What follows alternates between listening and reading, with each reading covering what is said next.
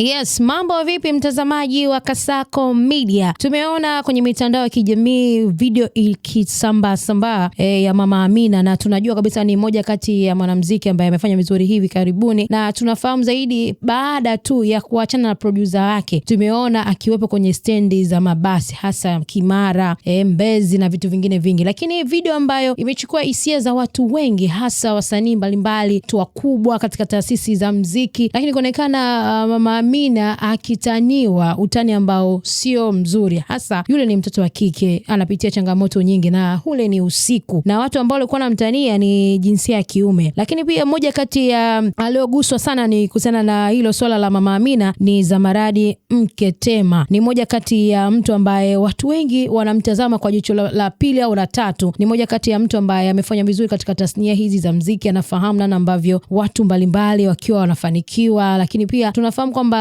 Mama Amina ni moja kati ya watu walipendwa sana hapo alipoingia katika swala hili la muziki. Lakini pia ameandika ujumbe mzuri, lakini ni mjumbe ambao umegusa sana watu ambao wanamdhihaki Mama Amina kwa kupitia utani. Lakini pia nitakuwekea huo ujumbe hapo baadaye kuhusiana na namna ambavyo amezungumza na kuweka wazi namna ambavyo anaguswa na wale ambao wanafanyia utani. Lakini kwa kiuchache zaidi naomba nikusomee, ila ukipata nafasi nenda katika ukurasa wa Zamaradi utaona ujumbe ambao wameandika. Sema huu si utani, ni unyama. Kile mnachokifanya unadhani ni utani. Kwa upande wetu haijakaa vizuri. Hayo maneno machache ambayo nimekusomea hapo, unaweza kupita kwenye ukurasa wake ukasoma kiundani zaidi namna ambavyo amezungumza. Na sisi tunajua mtoto wa kike anapopata changamoto inabidi tumbebe, tumkumbatie, sio kumdhihaki na kumfanyia utani pale ambapo hataki yeye utani. Watu wengi wamechukulia utani ni namna moja ambayo kufurahisha, ama kwenye mitandao kuonekana kwamba ameshindwa, kiko wapi. Maneno yalikuwa ni mengi, lakini kubwa kabisa Zamaradi amezungumza kwamba tusiseme maneno ya kumdhihaki mtu, tumuombe ili mambo mengine yakae sawa. Hizi ni ripoti kutokea hapa Kasako Media. Jina langu naitwa Dada Bonge.